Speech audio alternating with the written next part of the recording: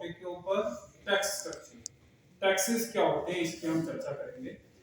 और सभी स्टूडेंट्स को ध्यान देने की जरूरत है, इस टॉपिक काफी इंपॉर्टेंट है टैक्सेस का। सभी ने सुना होगा टैक्सेस के बारे में, टैक्स क्या होते हैं। मेनली टैक्स हम किसे कहते हैं, कंपलसरी पेमेंट होता है। क्या होता है, कंपलसरी पेमेंट जो हम देते हैं, और अगर गुड्स और सर्विसेज पर लग रहा है तो हम उसे कहते हैं इनडायरेक्ट टैक्स। अगर हमारी आय से संबंधित है, हमारी इनकम से, तो वो कौन सा होता है, डायरेक्ट टैक्स। मतलब एक वो कर है ये जो हम गवर्नमेंट को देते हैं, कंपलसरी पेमेंट है, उसे हम कहते हैं टैक्स। तो टैक्स आप लोग समझ गए होंगे कि टैक्स क्या होता है, एक कंपलसरी पेमेंट जो गवर्नमेंट को हम देते हैं। अगर हमारी आय, अगर हम कुछ आय करते हैं तो उसका कुछ परसेंट, कुछ हिस्सा हम सरकार को देते हैं। क्यों दे देते हैं, क्योंकि सरकार हमारे देश की भलाई के लिए बहुत सारे डेवलपमेंटल काम करती है, विकास संबंधित, जिसके लिए उसे पैसे की जरूरत है। इस देश को चलाने के लिए पैसे की जरूरत है। ठीक है, क्लियर। तो टैक्स मुख्य रूप से दोस्तों अगर हम बात करें तो दो तरह के होते हैं। कौन से, डायरेक्ट और इनडायरेक्ट। कौन से दो टाइप होते हैं इसके, डायरेक्ट और इनडायरेक्ट। या तो वो होगा डायरेक्ट टैक्स और या फिर होगा इनडायरेक्ट टैक्स। डायरेक्ट को हम कहेंगे प्रत्यक्ष, इनडायरेक्ट को हम कहेंगे अप्रत्यक्ष कर। क्लियर हो। टैक्स दो तरह के होते हैं, डायरेक्ट होगा या इनडायरेक्ट होगा। डायरेक्ट टैक्स किस पर लगते हैं, इनकम पर, मतलब आय पर। इनडायरेक्ट टैक्स किस पर लगते हैं, गुड्स पर और सर्विस पर। मतलब जो वस्तुओं और सेवाओं पर लगे उसे हम क्या कहेंगे, उसे हम कहेंगे इनडायरेक्ट टैक्स। और जो आय पर लगे उसे हम कहेंगे प्रत्यक्ष कर। प्रत्यक्ष कर की सूची में आ जाएंगे जैसे आपका इनकम टैक्स है, प्रत्यक्ष कर होता है, आयकर। इनकम टैक्स को हम क्या कहेंगे, आयकर। दूसरा ले लेते हैं कॉर्पोरेट टैक्स। कॉर्पोरेट टैक्स को क्या कहेंगे, निगम कर। ये भी कौन सा होता है, डायरेक्ट कर। डायरेक्ट टैक्स है ये, क्योंकि प्राइवेट कंपनियां जो इनकम करती हैं उसे हम क्या कहते हैं, कॉर्पोरेट टैक्स। जो प्राइवेट बड़ी बड़ी कंपनियां हैं जो इनकम कर रही होती हैं उसे वो कॉर्पोरेट टैक्स कहती है। इसी तरीके से हम ले लेते हैं गिफ्ट टैक्स। गिफ्ट भी किसका हो सकता है, पैसे का। कोई आदमी किसी को पैसे दे रहा है या कोई गिफ्ट दे रहा है, उसकी कोई कीमत है तो उसे वो भी एक आय हो जाती है दूसरे आदमी की। अगर मैंने इन्हें गिफ्ट दिया 1 लाख रुपए का तो इनको वो 1 लाख रुपए की क्या हुई, आय, तो उस पर गिफ्ट टैक्स रहेगा। Security transaction tax, security transaction tax. प्रतिभूति सौदा कर, इसे क्या कहेंगे, प्रतिभूति सौदा कर। ये भी कौन सा होता है, direct tax. Security, share market में आपने सुना होगा, उसने शेयर खरीद लिए, उसने उसको शेयर बेच दिए, तो ये क्या होता है, शेयर एक प्रतिभूति। ठीक है, सिक्योरिटी होता है। सिक्योरिटी जब भी सेल और परचेज की जाती है तो उस पर टैक्स, एक नॉमिनल टैक्स रहता है 0.001% कुछ, तो वो टैक्स गवर्नमेंट उससे लेती है। ठीक है। Fringe benefit tax, fringe benefit tax, अनुषंगी लाभ कर। इसे क्या कहेंगे, अनुषंगी लाभ कर। एम्प्लॉयर, हम उसे कहते हैं जो कंपनी का मालिक, जो कोई बिजनेस चला रहा है, वो क्या है, एम्प्लॉयर। और एम्प्लॉय कौन होता है, जो वहां पर काम कर रहा है। जैसे मैं यहां पर क्या हूं, एम्प्लॉय, और डायरेक्टर जो है वो क्या है, एम्प्लॉय। एम्प्लॉयर जब एम्प्लॉय को कुछ सैलरी के अलावा कुछ बेनिफिट दे, एडिशनल बेनिफिट, जैसे अकोमोडेशन का, फोन का बिल हो गया, आने जाने का अलाउंस हो गया, वो चीजें किसमें काउंट होती हैं, फ्रिंज बेनिफिट टैक्स में। क्योंकि वो भी एक तरीके से क्या है, उसकी इनकम।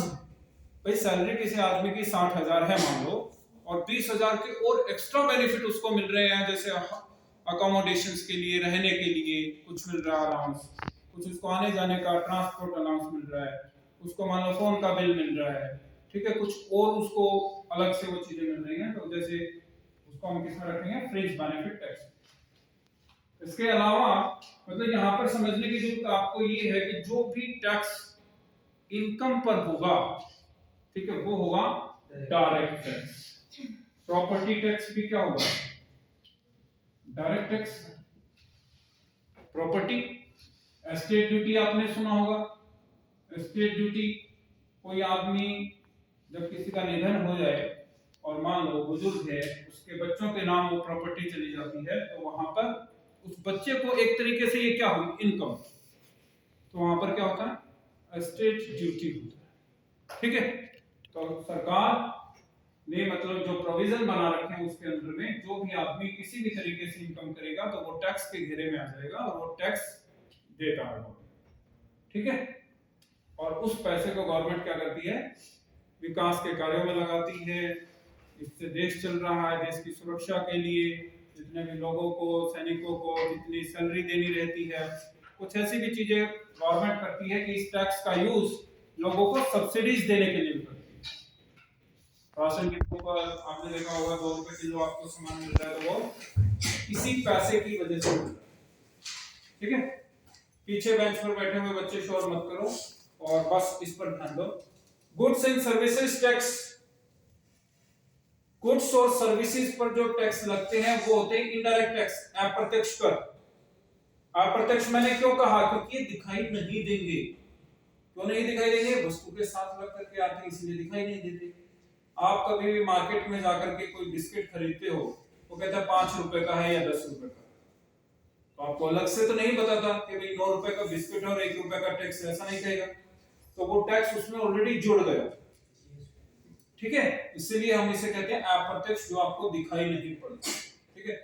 और अप्रत्यक्ष कर के केस में जो टैक्स का बर्डन है वो फाइनल कंज्यूमर पर होता है, किस पर, फाइनल कंज्यूमर का मतलब है जो आदमी उस सामान की, उस वस्तु की खपत करेगा, इस्तेमाल उसे कर रहा है लास्ट में, उस पर वो टैक्स लगेगा, ठीक है, उसको वो टैक्स देना है।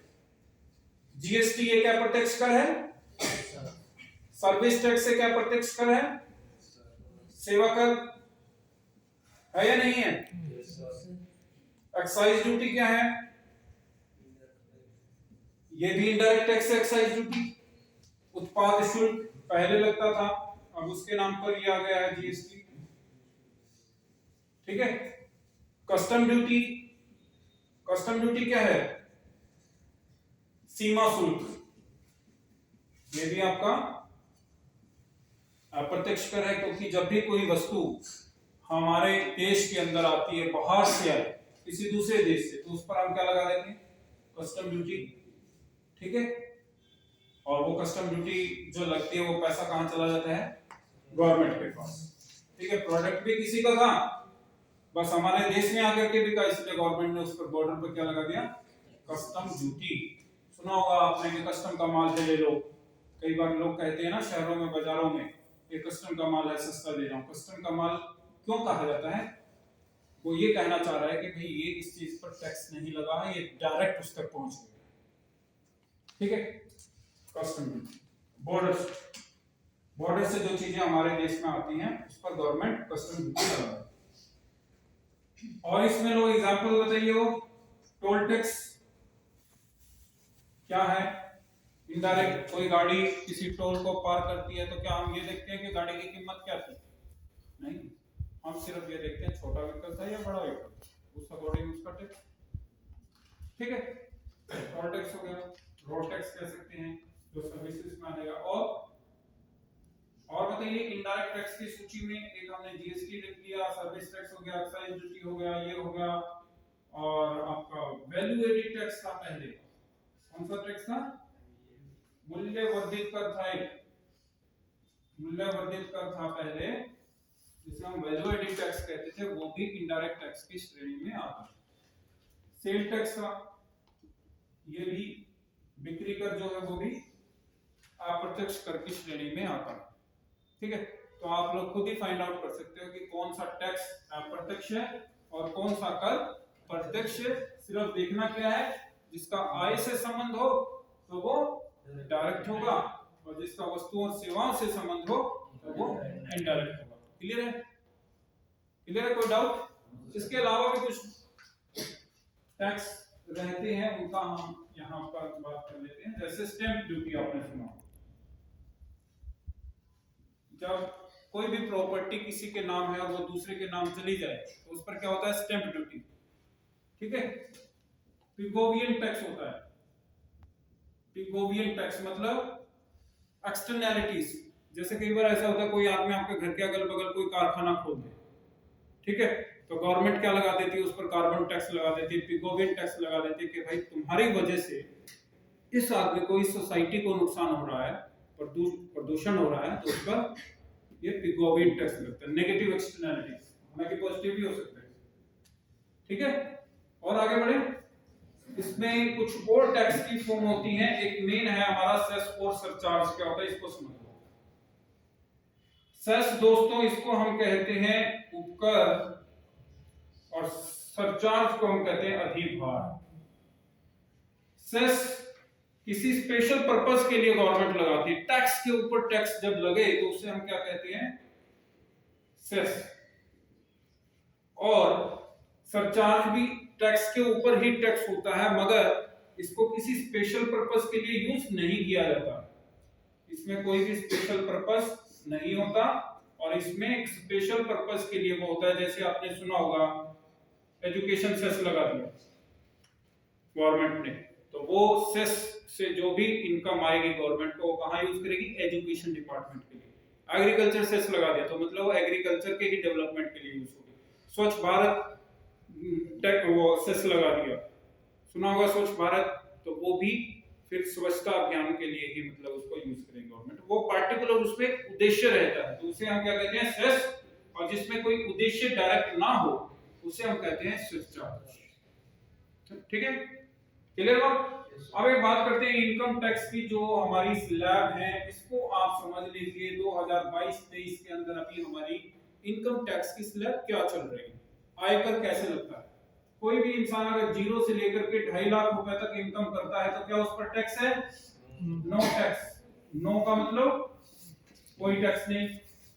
2.5 लाख रुपए से इनकम अगर 5 लाख रुपए के बीच में करे तो कितना टैक्स है?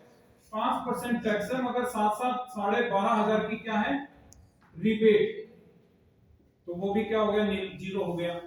मतलब यहां भी कुछ नहीं देना पड़ा, क्योंकि गवर्नमेंट ने एक तरफ 12,500 की रिबेट कर दी, दूसरी तरफ 5% टैक्स है, तो वो इतना ही बनेगा सेम। तीसरा, 5 लाख से अगर किसी की इनकम 7.5 लाख तक है तब उसे देना रहेगा 10% टैक्स। ठीक है? 7.5 लाख से अगर किसी की इनकम 10 लाख है तब उसे देना रहेगा कितना? कितना देना रहेगा? 15% टैक्स। ठीक है? 10 लाख से लेकर के अगर इनकम 12.5 लाख है तब कितना देना पड़ेगा? 20%। ठीक है? 20%। 12.5 लाख से लेकर के अगर इनकम उसकी 15 लाख हो तब कितना देना पड़ेगा? 25%। 15 लाख से अगर ऊपर इनकम है सालाना, ईयरली इनकम 15 लाख से ऊपर है तब उसे कितना टैक्स देना पड़ेगा? 30%। ये है हमारा एक नॉर्मल फिगर जब उसकी एज 60 से नीचे हो। कितनी हो? लेस देन 60 एज है। अगर ये एज 60 से 80 के बीच में है तब उसको छूट कितनी मिलेगी? यहां पर 2.5 की जगह कितना हो जाएगा? 3 लाख। अगर 60 साल से उम्र कितनी हो? 80 के बीच में हो तो कितना हो जाएगा? 3 लाख। और 80 से अगर ऊपर है सुपर सीनियर सिटीजन हो जाएगा। सुपर सीनियर सिटीजन कब हो जाएगा? जब उसकी एज 80 से भी ऊपर हो, तब उसको कितना टैक्स मिलेगा? मतलब टैक्स रिबेट कितनी रहेगी? 5 लाख। 5 लाख तक इस आदमी को कोई टैक्स नहीं देना जब वो 80 से ऊपर है। ठीक है? और अगर यंग है, मान लो 60 साल तक की एज है तो 2.5 लाख का है। और 60 साल से अगर 80 की है तो फिर 3 लाख तक रिबेट है, फ्री है, और फिर उसमें 5 लाख है। समझ गए आप? इसमें कुछ और चीजें भी आपको समझनी है। सेक्शन 80C क्या कहता है, सेक्शन 80EED क्या कहता है? सेक्शन 80C के अंदर में कुछ और छूट रियायतें गवर्नमेंट आपको देती है। अगर आप गवर्नमेंट की किसी स्कीम में, पॉलिसी में नेशनल सेविंग सर्टिफिकेट के अंदर अगर आप इन्वेस्ट करते हो तब आपको 1.5 लाख रुपए की और टैक्स रिबेट मिलती है। ठीक है, टैक्स फ्री हो जाएगा। अगर आप किसी गवर्नमेंट की पेंशन स्कीम में अगर इन्वेस्ट करते हो तो वहां भी टैक्स फ्री हो जाएगा आपका। ठीक है, और गवर्नमेंट को जैसे इलेक्टोरल बॉन्ड्स वगैरह है उनमें करते हो तो वहां टैक्स रिबेट आपको मिल जाती है। राइट, तो ये कुछ सेक्शन जो है, जो हमारा इनकम टैक्स एक्ट 1961 है गवर्नमेंट का, सीबीडीटी के अंडर में, central board of direct taxes के अंडर में जो हमारा इनकम टैक्स एक्ट है, ठीक है, तो वो क्या करते हैं, उसके अनुरूप कुछ सेक्शंस हैं जो रियायतें देने का काम करते हैं। ठीक है, इसके अलावा भी लोग रियायतें ले सकते हैं, लोगों को रियायतें दी जा सकती हैं, टैक्स रिबेट मिल सकती है, मगर वो आपको डिटेल्स में उसको पढ़ना रहेगा। जैसे अगर आप पहली दफा अगर घर खरीदने के लिए जाएंगे तो 45 लाख रुपए तक अगर घर खरीदते हैं तो उस पर टैक्स रिबेट मिल रही है। ठीक है, टैक्स नहीं देना। अगर आप सेकंड टाइम खरीदेंगे तो टैक्स देना पड़ेगा। इसी तरीके से गिफ्ट का है, एक बार मान लो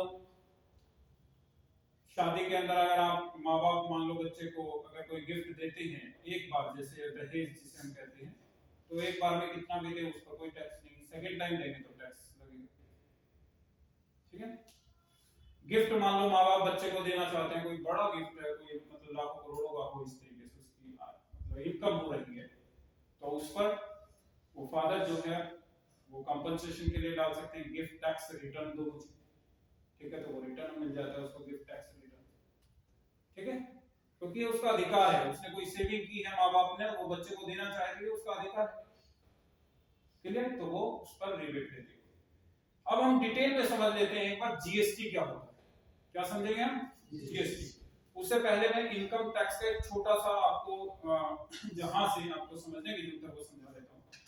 इनकम टैक्स जो है हमारा आयकर, इनकम टैक्स आयकर की जब हम बात करते हैं, अगर किसी की इनकम 10 लाख रुपए है तो कितना टैक्स देगा? सालाना। सालाना इनकम अगर किसी की 10 लाख रुपए है तो कितना टैक्स बनेगा? भाई ऐसे बनेगा, देखो 5 लाख रुपए तो मोटा मोटा फ्री हो गया, यहां तक उसको कोई टैक्स नहीं देना। 5.5 से 7.5 लाख के बीच में कितना हो गया? 2.5 लाख। 2.5 लाख का 10% कितना हो गया? 25,000, यहाँ दे दिया। 7.5 लाख और 10 लाख के बीच में कितना हो गया? 2.5 लाख, इसका कितना हो गया? 15% कितना हो गया? 37,500, ये दे दिया। इस टोटल को जोड़ लो, 62,500 क्या हो जाएगा उसका? टैक्स बन जाएगा। समझ गए मोटा मोटा? समझ गए ना? Yes sir. अब मान लो किसी की इनकम 14 लाख हो तो कैसे कैलकुलेट करेंगे? इतना तो हो गया 10 लाख तक, तो ये मैंने कैलकुलेट कर दिया। अब आगे देखते हैं, 10 से 12 के 12.5 के बीच में 2.5 लाख कितना है? 20% कितना हो गया? 50,000। 12.5 से ऊपर कितना बचा? 14 लाख। 1.5 लाख। 1.5 लाख पर कितना है? 25%। 1.5 लाख का 25% कितना हो गया? 37,500। अब इसको सारे को जोड़ लो, ये 75,000 हो गए और ये 75,000 हो गए, कितना हो गया? 1.5 लाख। कब? जब 14 लाख इनकम। कोई डाउट? समझ गए?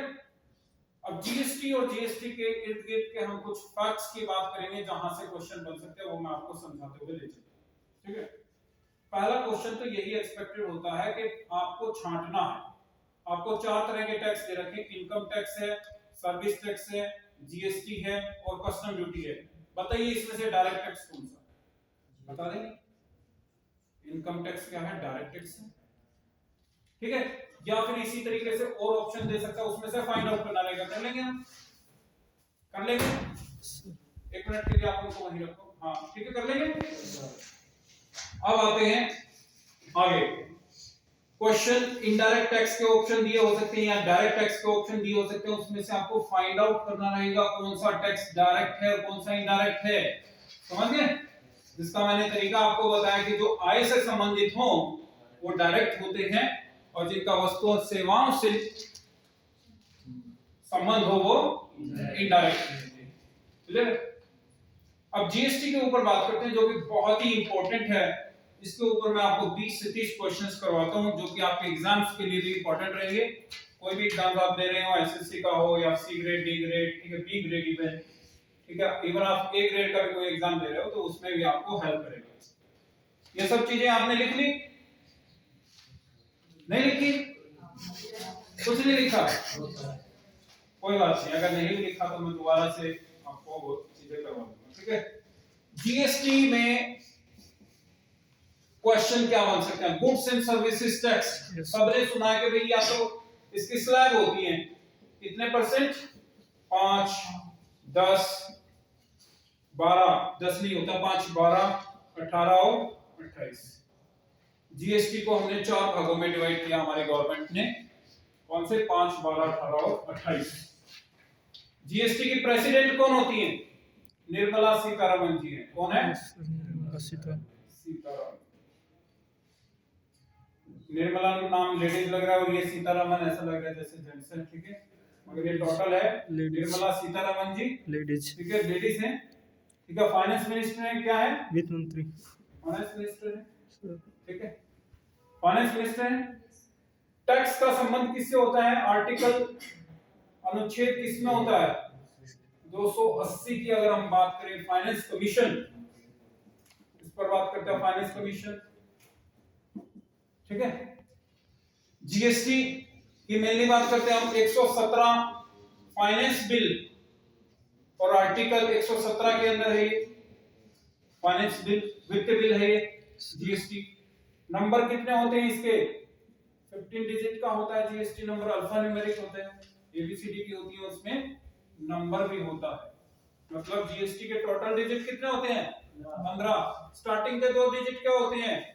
उसकी स्टेट के कोड होते हैं, मतलब जो भी स्टेट से वो कस्टमर बिलोंग करता है वो उसके स्टेट के कोड होते हैं, पहले 2 डिजिट, और उसके बाद का 10 डिजिट क्या होता है? उसका पैन नंबर होता है। क्या होता है? पैन नंबर होता है। 13वां डिजिट, 14वां डिजिट जो होता है वो कॉमन होता है सभी का, जेड, ठीक है। 13वां डिजिट और 15वां डिजिट जो होता है उसका वो जीएसटी का जो स्पेशल उसका मतलब कोड होता है वो है, ठीक है। तो इस तरीके से जीएसटी पर क्वेश्चन बन सकते हैं। जीएसटी सबसे पहले कौन सी स्टेट में आया? आसाम में। सबसे पहले कहां आया जीएसटी? आसाम में। किस देश के मॉडल पर आधारित है ये जीएसटी मॉडल? कनाडा के मॉडल पर आधारित है हमारा जीएसटी का मॉडल। मतलब जीएसटी को हमने कहां से लिया है? कनाडा के मॉडल, कैनेडियन मॉडल है। कौन सा? Canadian model. कनाडा कहां है? नॉर्थ अमेरिका में। अमेरिका के ऊपर क्या है? कनाडा। जीएसटी सबसे पहले किस देश ने लागू किया जीएसटी को? फ्रांस ने। कब? 1954 में, ठीक है। जीएसटी कौन सी अमेंडमेंट है? 122वीं अमेंडमेंट है, 122 अमेंडमेंट बिल है। क्या है? 122 अमेंडमेंट बिल 2014।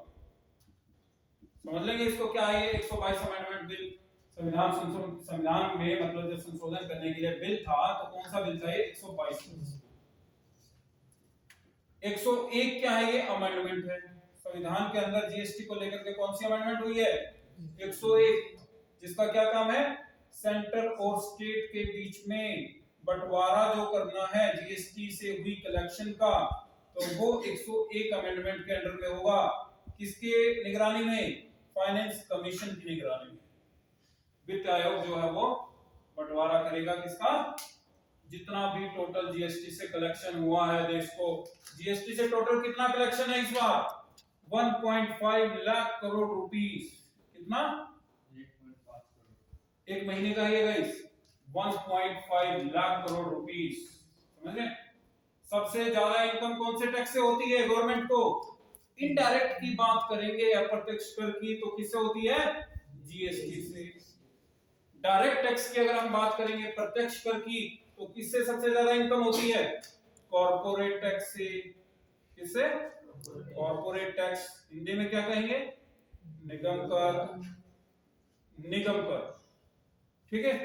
कॉर्पोरेट टैक्स से सबसे ज्यादा इनकम इनडायरेक्ट में किससे हुई? जीएसटी से। और डायरेक्ट में किससे हुई? कॉर्पोरेट टैक्स से। कौन सी स्टेट का सबसे ज्यादा जीएसटी है? महाराष्ट्र का। कौन सा? महाराष्ट्र का जीएसटी कलेक्शन सबसे ज्यादा है इस समय, ठीक है। क्लियर हो? और इससे रिलेटेड और जितने भी क्वेश्चन होंगे जीएसटी से रिलेटेड आप लोग पूछ सकते हैं, ताकि आपको उसका आइडिया हो। सबसे ज्यादा खर्च हमारा कहाँ होता है? ब्याज भुगतान पर। कहाँ? ब्याज भुगतान पर, इंटरेस्ट पेमेंट पर। तो ये था जीएसटी के संबंध में कुछ क्वेश्चंस। और जीएसटी के लिए एक स्पेशल काउंसिल होती है। क्या होती है? जीएसटी के संबंध में जो डिसीजन लेने होते हैं वो जीएसटी परिषद होती है, वो लेती है, जिसमें स्टेट के 2/3 मेंबर इसमें स्टेट के होते हैं, राज्यों के, और सेंटर के कितने होते हैं? 1/3।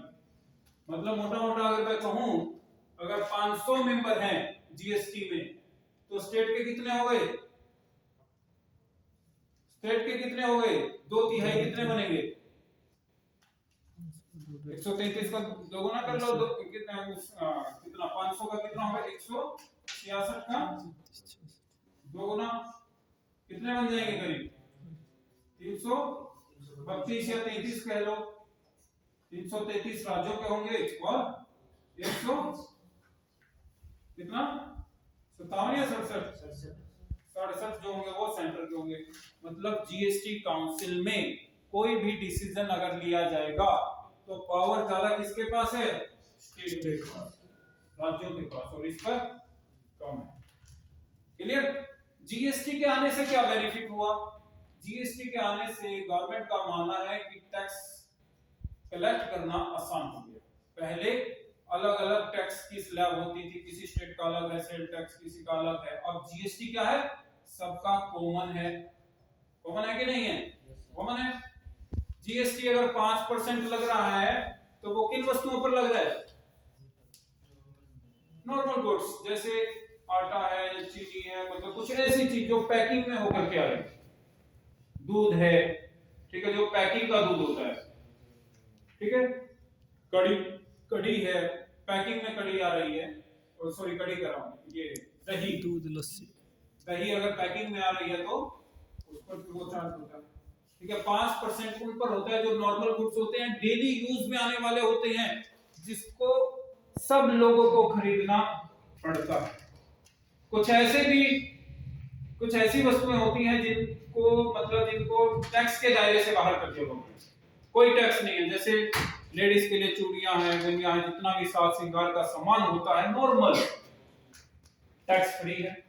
खाने पीने की आइटम्स जो बेसिक आइटम्स है हमारी, आटा है, दूध है, जो आप डायरेक्ट चक्की से लेकर के आटा लाते हो, या फिर आप दूध किसी मतलब डायरेक्ट किसी से लेते हो दुनिया से, तो वो टैक्स फ्री रहते हैं, ठीक। 28% टैक्स जीएसटी किन चीजों पर लगता है? जो लग्जरी गुड्स होती है, तंबाकू, लिकर, ठीक है, ये सब भी 28% के दायरे में आते हैं। जितने में शराब है, तंबाकू है, इस तरह के जो आइटम्स होते हैं, या लग्जरी आइटम्स हैं, ठीक है, जो स्टेटस सिंबल गुड्स होते हैं, उन पर 28% महंगी वस्तु, ठीक है, जो पैसे वाले लोग खरीदना पसंद करेंगे।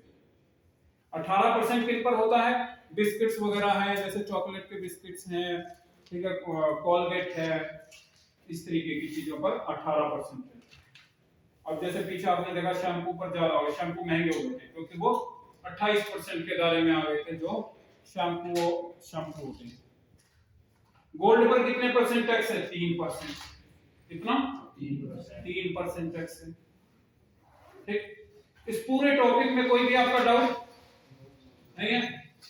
तो आज के इस टॉपिक में इतना ही। आपका जो भी डाउट आता है कमेंट सेक्शन में अपना डाउट पूछिए, और मेरा नंबर है 9873456635। आप इस नंबर पर मैसेज करके ग्रुप से जुड़ सकते हैं, जिसमें आपको इस विषय के अलावा भी आपको और विषयों के भी जो है पीडीएफ वगैरह आपको शेयर होंगी, मिल जाएंगे। Thank you so much.